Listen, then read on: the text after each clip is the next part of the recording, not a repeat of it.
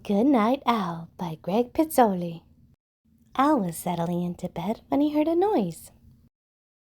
It was a tiny sound no louder than a whisper, a funny sound he hadn't heard before. Someone must be at the door, said Owl. Just a minute. But no one was there. Probably the wind, said Owl. And as he lay down in bed and said to himself, Good night, Owl. Squeak! Then he heard a noise again. It's coming from the cupboard, said Owl. So he went to take a look. He emptied every shelf, but there was no noise to be found. So Owl went back to bed. Good night, Owl, he said. Then he heard the noise. Squeak! It must be under the floor, said Owl. And he pulled up the floorboards one by one. But he didn't find the noise, so Owl went back to bed. Squeak! This house has a noisy roof, yelled Owl.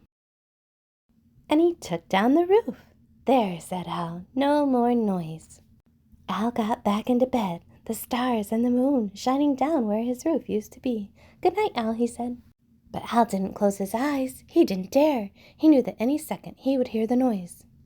He waited and waited and waited and waited. Squeak! It's in the walls, Owl screeched. I'll get you, noise, Owl said, as he tore down the walls of his house. But he found nothing. The cupboards was empty. The floorboards were pulled up, the roof was pulled down, and the walls were gone. And Owl went back to bed and he said, Good night, Owl.